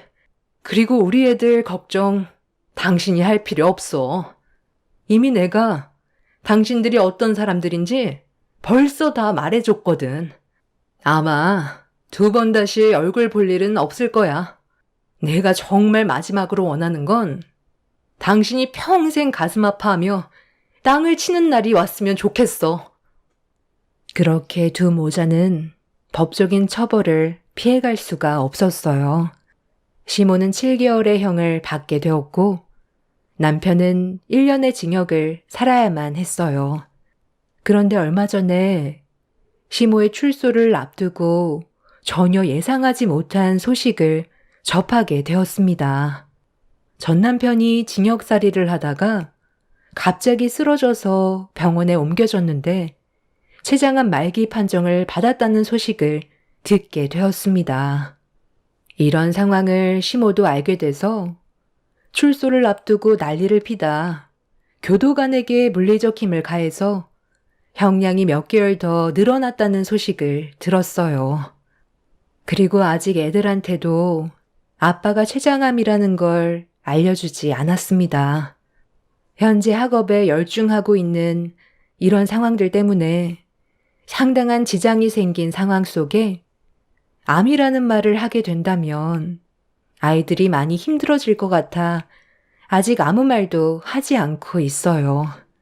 징역을 살다가 다시 나온 남편이 아마 먼저 저에게 도움을 청하려고 움직일 게 뻔한데 피곤한 일이 생길까봐 서둘러 이사를 해야 될 것 같습니다. 집부터 알아보는 게 급선무인 것 같아요. 애들 핑계로 또다시 저에게 거머리처럼 붙을 테고 금전적인 요구를 하겠죠. 그 인간들이 저지른 금전적인 손해는 전부 다 보상을 받긴 했지만 췌장암 핑계로 힘겹게 돌려받은 돈을 다시 토해내고 싶지 않습니다. 이미 이혼을 했는데 애들 아빠라는 이유 하나로 저희 엄마가 한평생 고생해서 모은 돈을 전 남편한테 사용하고 싶지 않아요. 어차피 췌장암 말기면 가망도 없는 건데 시간을 연장할 필요는 없다고 생각해요. 그 인간들이 불행해졌으면 좋겠다고 간절히 빌었었는데 이런 식으로 또 다른 전개가 펼쳐지게 될 거라곤 상상조차 하지 못했었는데 애들을 생각하면 이 또한 다행인지 불행인지 잘 모르겠어요. 앞으로 저와 애들만 생각하며 악착같이 살아가려고요. 제 사연을 들어주신 여러분들께서는 가족들과 서로 행복한 시간을 가지셨으면 좋겠어요. 한 번뿐인 인생 서로 얼굴 붉히면서 사는 거 정말 아무 의미 없는 것 같아요. 가족이라는 울타리 안에서 행복하게 사는 게 인생에 있어 제일 중요한 일인 것 같습니다. 눈 감기 전에 후회는 없어야 하잖아요. 젊었을 때는 혈기왕성해서 가족들이 없어도 잘 살아갈 수 있을 거라 생각하겠지만 나이 먹고 자기 몸 하나 돌보기 힘들어질 때면 가족이 그리워진다고 하네요. 그때 돼서 주변에 아무도 남아있지 않게 된다면 얼마나 외롭겠어요. 가족들과 서로 등 돌리기 전에 좋게 해결할 수 있는 건 하루빨리 바로 잡으시길 바랄게요. 저 같은 경우 그렇게 하지 못했지만 여러분들 중에선 아직까지 시간이 있으시다면 후회 없는 선택 하시길 바랍니다. 한 번뿐인 인생 웃으며 살다가 웃으며 떠나는 게 제일 큰 행복일 것 같네요. 제 사연 들어주신 분들 오늘 하루도 힘내시고 즐거운 주말 보내시길 바랍니다. 감사합니다. 안녕하세요. 저는 현재 남편과 이혼을 한 지 한 달 된 40대 초반 여자입니다. 지금도 그날 겪었던 충격적인 일로 인해 정신과 치료를 받고 있을 정도로 힘겨운 삶을 살아가고 있습니다. 사람은 자신이 원하는 걸 얻기 위해선 무슨 짓이든 다 할 수 있다는 걸 이번 일을 통해 확실하게 알 수 있었어요. 여러분들께서도 아마 제 사연을 듣게 되신다면 전혀 예상하지 못한 전 남편의 행동에 엄청난 충격을 받게 되실 테고 제가 왜 이혼을 했는지 이해하실 것 같습니다. 저희 부부관계에 문제가 생기기 시작한 건 6개월 전부터였어요. 그 전부터도 좋은 관계는 아니었지만 그래도 그렇게 나쁜 건 아니었는데 언제부터인가 상당히 예민한 반응을 보이더니 매 순간마다 항상 저에게 짜증을 냈어요. 저도 사람이기 때문에 상처를 받게 되는 건 당연한 건데 남편은 상처를 받든 말든 그런 건 전혀 상관하지 않았습니다. 갑자기 변한 남편의 성격에 적응이 되지 않았던 저는 도대체 왜 그러는 건지 이해할 수 없어 대화로 풀어나가려 했지만 남편은 자신의 속마음을 전혀 표시하지 않았어요. 이유를 알지 못하니 하루하루가 답답할 뿐이었습니다. 어떻게 해야 할지 몰라 여러 가지 방법으로 남편의 기분을 풀어주려 많은 노력을 했었죠. 하지만 돌아오는 건 언제나 차갑고 상처되는 말밖엔 없었어요. 이런 문제가 반복이 되다 보니 저 또한 지칠 대로 지쳐버려 더는 상대조차 하지 않았습니다. 어쩔 때는 아이도 없는데 그냥 이혼해버릴까? 이런 생각이 떠나지 않을 정도로 남편한테 너무 큰 실망을 했어요. 이런 심각한 부부관계에 제가 버틸 수 있었던 건 시모가 항상 저를 딸처럼 대해주셔서 남편이 서운하게 해도 그냥 넘길 수 있었습니다. 하지만 날이 가면 갈수록 남편의 지나친 행동은 저를 점점 지치게 만들었어요. 결국 이 문제로 인해 시모 옆에서 대판 싸우게 되었고 제 입에서 이혼 얘기까지 나와 버렸습니다. 차라리 당신이랑 이혼하는 게 좋겠어. 나 이렇게는 도저히 못 살아. 요즘 나를 왜 못 잡아먹어서 안달인데? 잘못한 것도 없는 나한테 화를 내는 이유가 뭐야? 네가 그냥 내 옆에 있는 거 자체가 짜증이 나는 걸 어떻게 아냐? 너도 싫고 병들어 움직이지 못하는 우리 엄마도 짜증이 난다고. 도대체 언제까지 이렇게 살아야 되는지 모르겠어. 정말 지긋지긋하다고. 너는 하는 행동 모든 게 답답하고 엄마는 맨날 죽겠다는 소리를 입에 달고 있으니 내 기분이 어떻겠어? 어머님이 건강이 안 좋으시니까 당연한 거지. 그리고 어머님이 이렇게 된 게 누구 때문인데? 네가 술을 마셔도 적당히만 먹었으면 이런 일은 없었을 거라고. 몸조차 가누지 못할 정도로 퍼마시고 집으로 걸어오다가 아들 걱정된다고 밖에서 한참 동안 기다리신 어머님이 술 취한 너를 발견하고 서둘러 걸어갔는데 달려오는 차와 부딪힐 뻔했던 거, 어머님이 뛰어들어서 네가 목숨을 건질 수 있었던 거 기억 안 나? 그런데 방금 뭐라고 그랬어? 너를 낳아주고 목숨까지 구해줬는데 병들어서 짜증이 난다고? 정말 제정신이 아니구나. 어머님 다리 저렇게 된 거 평생 잘못을 뉘우치며 살아도 모자랄 판에 어디서 큰 소리야. 내가 언제 구해달라고 그랬어? 엄마가 자의적으로 선택해서 일이 이렇게 된 것뿐이잖아. 그래서 뭐 어쩌라는 건데?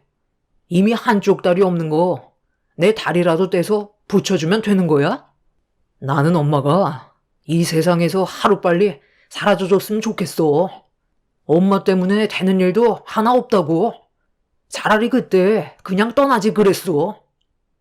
저는 더는 남편의 버릇없는 행동을 들어줄 수가 없어 시모가 보는 앞에서 얼굴에 손을 올려버렸어요. 뺨을 맞게 된 남편은 본인도 화가 치밀었는지 제 뺨에 손을 올렸고 상황이 심각해지자 시모는 힘든 몸으로 남편한테 기어가 발목을 잡은 뒤 눈물을 흘리시면서 나중에 후회하지 말고 저한테 잘해야 된다며 괴로워 하셨습니다. 교통사고로 인해 시모는 한쪽 발을 잃게 된 이후 함께 생활하게 됐었는데 여러 가지로 불편한 점들이 많아지게 되자 남편은 그런 삶이 싫었는지 불만은 날이 갈수록 더 심해지고 있었어요. 서로 계속 얼굴을 붉힌다면 결국 남는 건 상처밖에 없기 때문에 저와 시모는 최대한 좋게 지내려고 정말 많은 노력을 했었지만 달라지는 것도 없었죠. 집 밖으로 뛰쳐나간 남편의 뒷모습을 보면서 앞으로 어떻게 살아야 할지 너무 걱정이 됐었어요. 시모는 모든 게 본인 탓이라며 힘들어했고 저는 그런 시모를 위로하며 남편이 예전의 모습으로 다시 돌아올 수 있을 거라고 안심시켜 드렸지만 저 또한 남편 때문에 정신적으로 너무 힘이 들었어요. 어떻게 해야 할지 몰라 괴로웠고 하루빨리 이런 불안한 생활이 끝나길 간절히 바라는 것 말곤 제가 할 수 있는 건 아무것도 없었어요. 그렇게 남편과 저는 안 좋은 관계를 계속 유지하면서 힘든 날들을 보내고 있었는데 어느 날 남편이 짐을 챙기고 있길래 뭐 하는 거냐고 물어보니 그동안 자기가 했던 행동들에 대해 뉘우치는 게 많다면서 시모가 교통사고가 난 이후 다리를 잃은 것 때문에 정신적 충격이 너무 커서 힘들었었다는 말을 했어요. 그리고 앞으론 행복하게 살고 싶다며 함께 여행을 가기 위해 준비 중이라고 갑자기 변한 모습을 보이길래 저와 시모는 당황해 아무 말 없이 남편을 바라만 보고 있었습니다. 짐을 전부 싼 남편은 소파에 앉아있는 시모를 안아들어 밖으로 나가 차에 올려 태우길래 너무 놀라 화를 내게 되었죠. 어머님이랑 내 의견은 아무 상관없다는 거야? 왜 이렇게 막무가내로 행동하는 건데? 계획도 없이 떠나는 게 어디 있어? 끝까지 당신 멋대로 할 거야? 너는 필요 없으니까 빠져. 엄마랑 나랑 단둘이 여행 떠날 거야. 하루라도 잔소리 안 하는 날이 없지. 이번만큼은 방해하지 마. 내가 원해서 하는 거니까. 네가 어머님을 어떻게 챙길 건데? 장애가 생기신 이후 단 한 번도 돌봐드린 적 없었잖아. 이건 옳은 방법이 아닌 것 같으니까 충분히 상의하고 우리 관계 어느 정도 정리가 된 다음 서로 마음이 진정이 됐을 때 다시 계획하는 게 좋겠어. 어머님도 이런 기분으로 여행을 떠나고 싶어 하실 것 같아? 제발 내일에 방해 좀 하지 마. 엄마랑 여행 좀 가겠다는데 네가 뭔 상관이야? 그동안 너무 못해드린 것 같아. 바람 좀 쐬러 가는 것뿐이라고. 남편은 차 문을 잡고 있는 저를 밀친 뒤 출발을 했고 그 모습을 바라만 볼 수밖에 없었습니다. 시모는 저에게 걱정하지 말라면서 문자 한 통을 보냈습니다. 다리가 불편하시기 때문에 옆에서 계속 신경 써드려야 하는데 남편이 시모를 잘 보살펴 드릴 수 있을지 너무 걱정이 많았어요.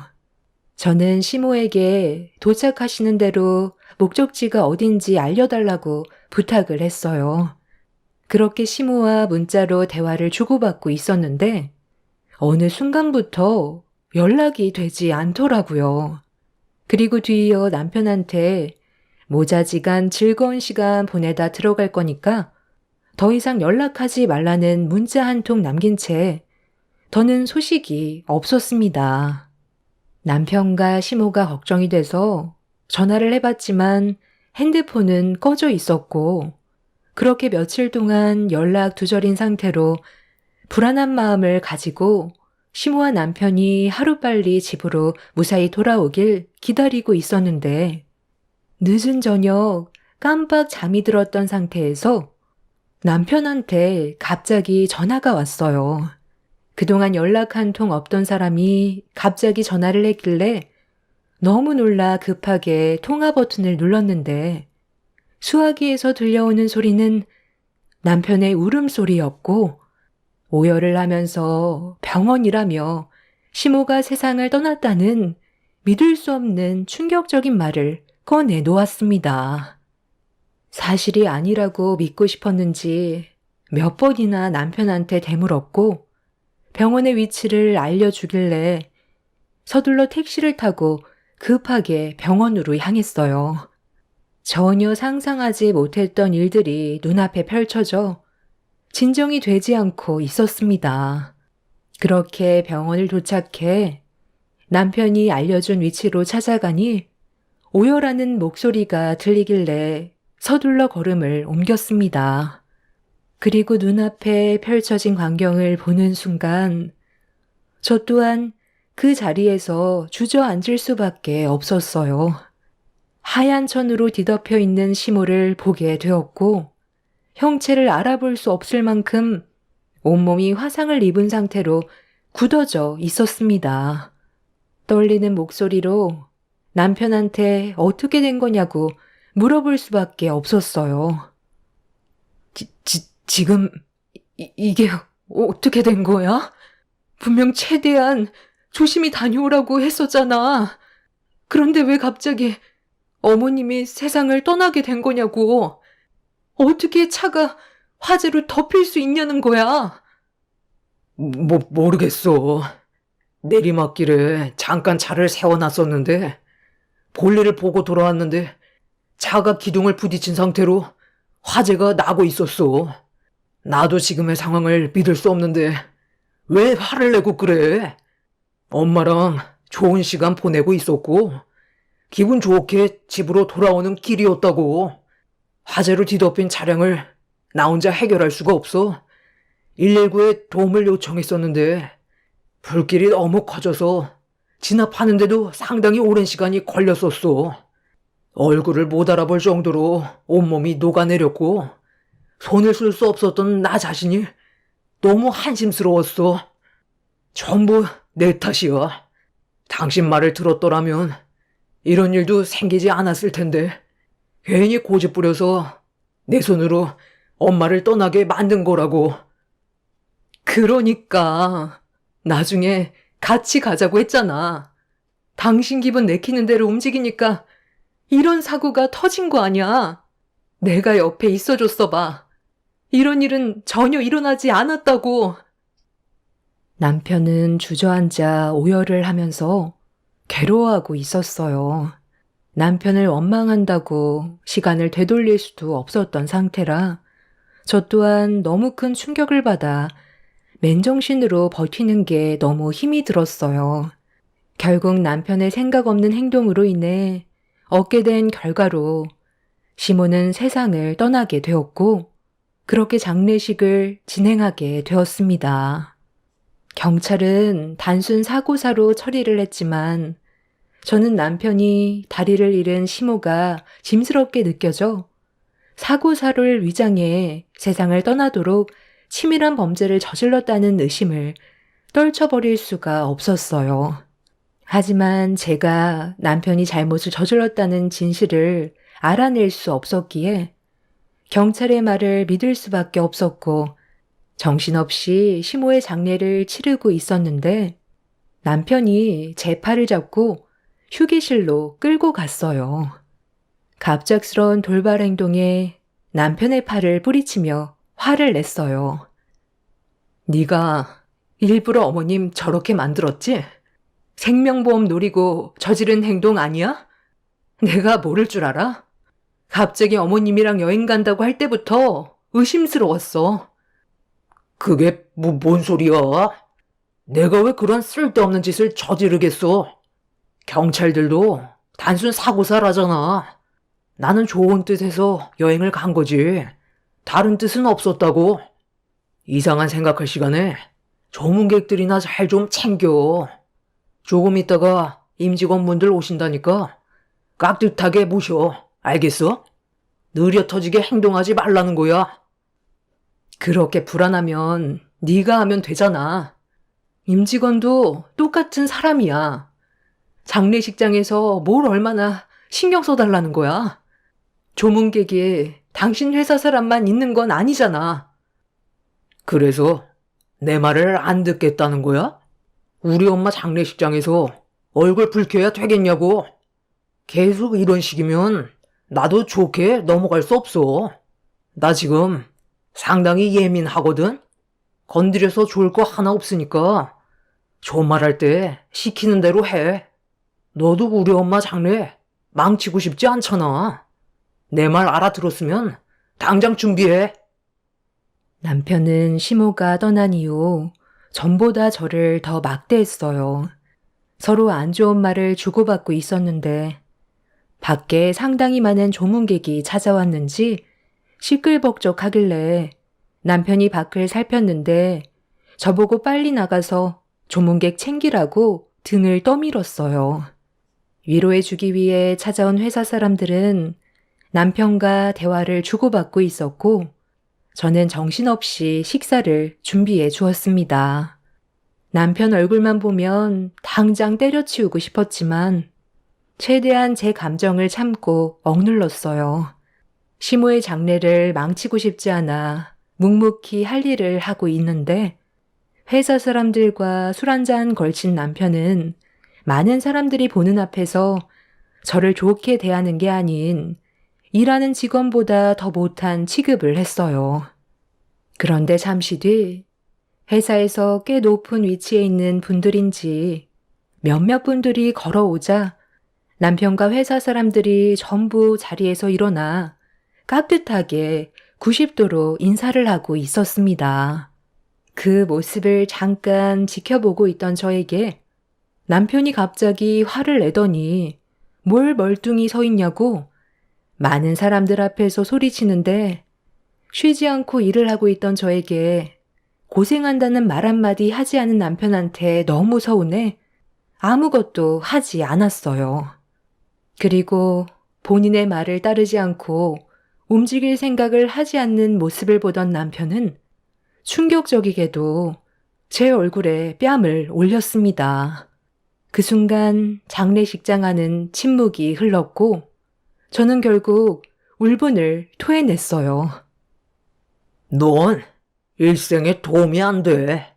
우리 회사 임직원분들께서 오셨는데 빨리 육개장 내올 생각은 하지 않고 뭘 쳐다만 보고 있어? 꼭 화를 내야 움직일 거야? 네가 감히 내 얼굴에 손을 올려? 이 많은 사람들이 보는 앞에서 술 마셨다고 지금 눈에 뵈는 게 없니? 너한테 회사 임원은 중요하고 결혼한 마누라는 함부로 막대해도 된다는 거야? 내가 지금 여기 좋아서 붙어 있는 줄 알아? 네가 제대로 일 처리를 못할까 봐 돌아가신 어머님이 너무 불쌍해서 장례식 도와주고 있는 건데 육개장 그거 조금 늦게 내보냈다고 내 얼굴에 손을 대? 오늘 네가 나한테 한 일에 대해서는 장례가 끝나고 고소할 거니까 콩밥 먹을 준비나 하라고. 너 지금 나 개망신 주려고 작정한 거지? 우리 회사 사람들 왔으면 내가 뭐라고 말하기도 전에 알아서 알아채야지. 어딜 감히 집안의 가장인 나한테 고개를 쳐들고 있어? 어차피 너도 끝이야. 내가 너랑 더 이상 살아갈 이유가 없는데 굳이 붙어 있을 필요 없잖아.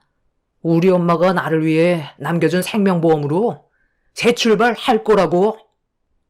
술을 얼마나 많이 마신 건지 앞뒤 분간하지 못하는 모습에 남편의 회사 사람들이 말렸지만 그럴 때마다 남편은 자기가 잘한 행동인 것처럼 저에게 삿대질을 하면서 장례식장을 난장판으로 만들었어요.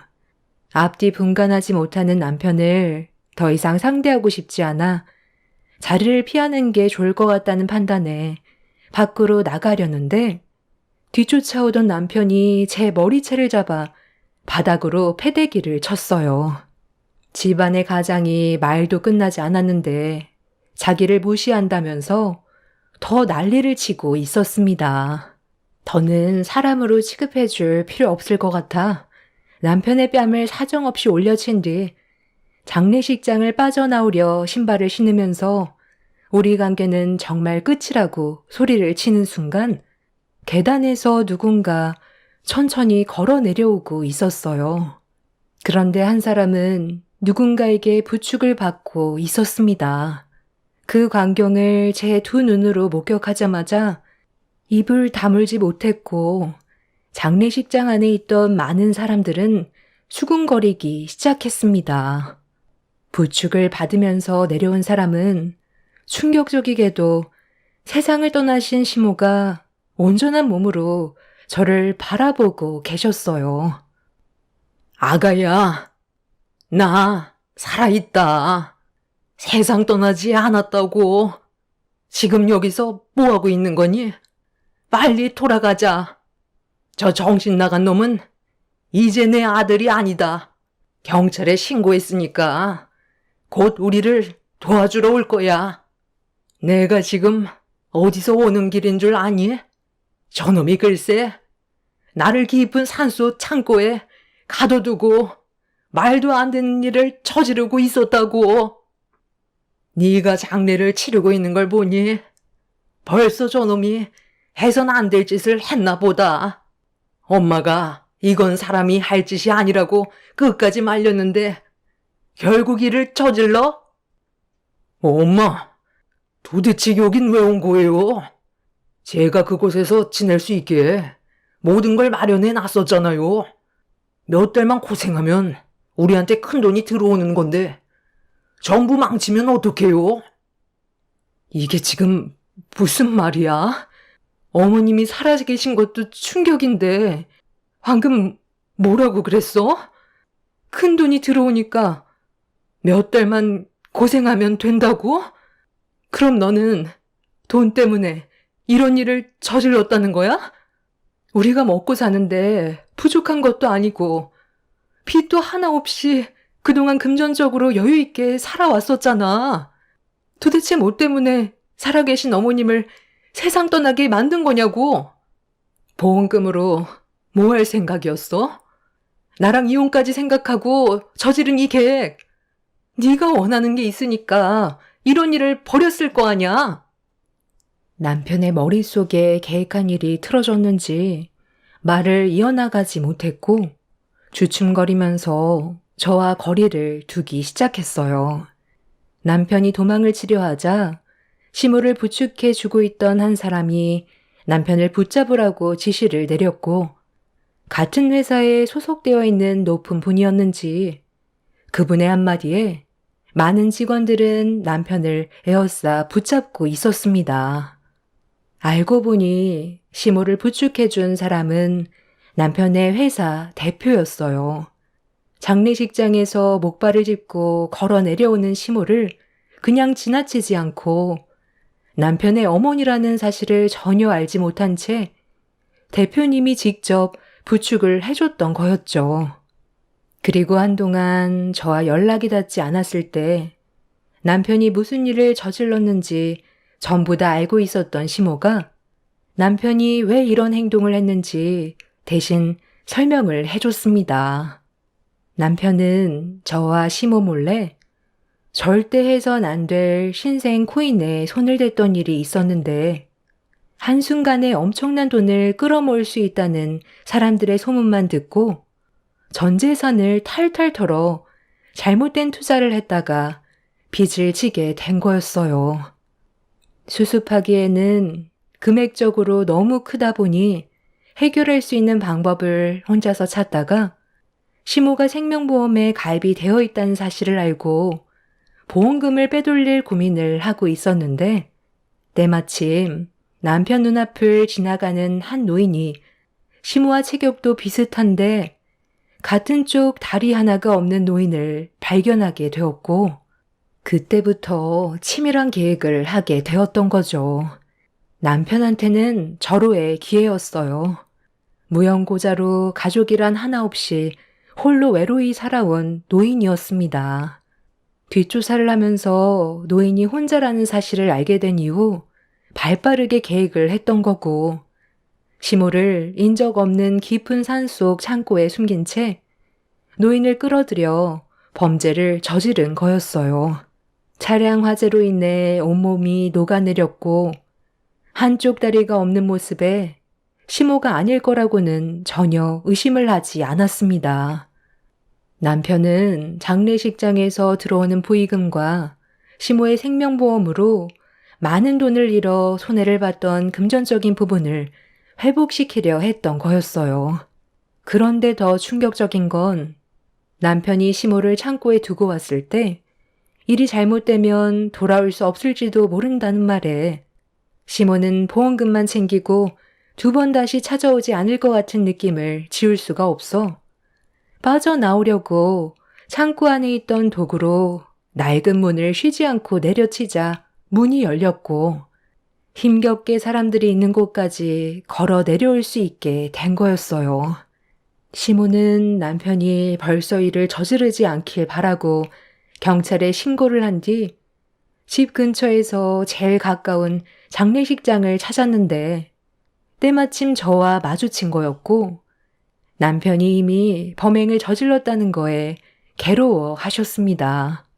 옆에서 이 말을 듣고 있던 남편 회사의 대표는 자기를 낳아준 부모를 깊은 산속에 고려장할 생각이었냐고 생명보험금에 눈이 멀어 절대로 해선 안 될 짓을 저질렀다며 손에 잡히는 건 전부 남편을 향해 집어 던졌고 손에 들린 시루떡으로 남편의 얼굴을 세차게 올려쳤어요.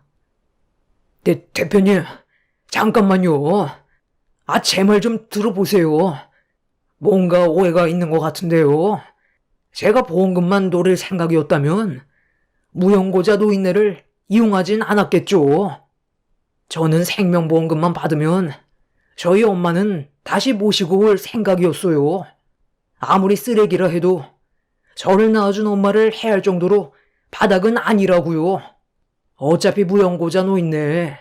장례 치러줄 사람도 없을 텐데 이렇게 떠나면 좋은 일 하나 하는 거고 장례까지 해결해 주니 제가 좋은 일 하는 거죠. 어차피 세상 떠나는 거 좀 더 앞당겼다 생각하면 되잖아요. 엄마, 제가 창고에서 뭐라고 했어요? 계획에 실패하면 데려오지 못할지도 모른다고 했지. 엄마가 창고에서 세상 떠나게 방치할 거라곤 말한 적 없었잖아요. 너 말 참 웃기게 한다. 아까 나한테 뭐라고 했어? 나랑도 이혼하고 혼자 보험금 탄 돈으로 새 인생 살 거라고 하지 않았어? 내가 그런 쓸데없는 곳에 돈 투자하지 말라고 그랬지? 버는 사람보다 잃는 사람이 훨씬 많다고 그냥 이대로 조용하게 살길 원했는데 결국 일을 이렇게까지 크게 만들어? 다 너 때문이야. 차라리 그냥 너도 데려가서 그 차에 같이 태워 보내 버릴 걸 그랬다. 그 입 좀 어떻게 담을 수 없니? 지금 일이 얼마나 심각해졌는지 알아? 나 때문에 사태가 심각해진 거야? 네가 그 돈 때문에 저지른 범행으로 인해 이런 문제가 생긴 거고 많은 사람들이 피해를 봤다고. 저기 경찰 오고 있네. 하는 행동 보니까 아직 뭘 잘못했는지 전혀 모르고 있는 것 같은데 옥살이 하면서 네가 저지른 행동에 대해 깊이 생각하고 무고하게 돌아가신 그 노인분과 어머님께 평생 사죄하는 마음으로 뉘우치며 살아. 알겠니? 경찰들은 남편을 연행했고 시모도 추가적인 조사를 위해 같이 경찰서로 가게 되었습니다. 그리고 안치실에 있던 시모가 아닌 무연고자였던 노인분은 수사에 대한 결정적인 증거라 장례는 잠깐 미뤄지게 되었죠.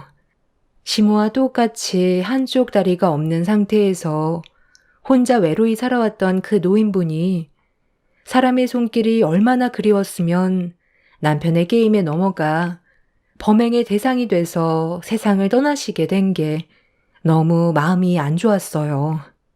남편은 결국 자신이 저지른 범행에 대해 전부 인정을 하게 되면서 수사는 끝이 났고 무연고자였던 그분은 최대한 예를 갖춰 장례를 무사히 끝낼 수 있게 되었습니다. 그리고 남편은 징역 25년을 선고받게 되었죠. 사람의 악함은 한도 끝도 없다더니 자신이 원하는 걸 얻기 위해 치밀한 계획을 세우고 조금의 죄책감 없이 행동을 옮겼다는 거에 너무 큰 충격을 받았어요. 앞으로 징역을 사는 동안 본인의 잘못을 뉘우치게 될지 그건 모르겠지만 세상 떠나게 되는 날까지 2번 다시 얼굴을 보고 싶지 않습니다. 저희 부모님께서도 남편의 충격적인 행동에 많이 놀라셨고 제가 큰일을 당하지 않았다는 것만도 다행이라며 저와 함께 한동안 정신과 치료를 받으셨습니다. 그리고 시모는 요양원에 들어가겠다며 본인이 직접 모든 걸 해결하셨어요. 남편과 제가 이혼을 했는데 더는 저에게 피해를 주고 싶지 않다면서 새로운 삶을 살라고 요양원 위치도 알려주지 않으셨네요. 하루빨리 과거의 아픔을 전부 잊어버리고 싶어요. 제 나이 이제 40대 초반이고 앞으로 해야 될 일들도 많은데 더 이상 과거에 얽매여서 살고 싶지 않습니다. 인생 경험했다 생각하고 앞으로 열심히 살아가려고요. 제 기막힌 사연을 들어주신 여러분들의 가정에는 언제나 평안이 가득하시길 바랍니다. 감사합니다.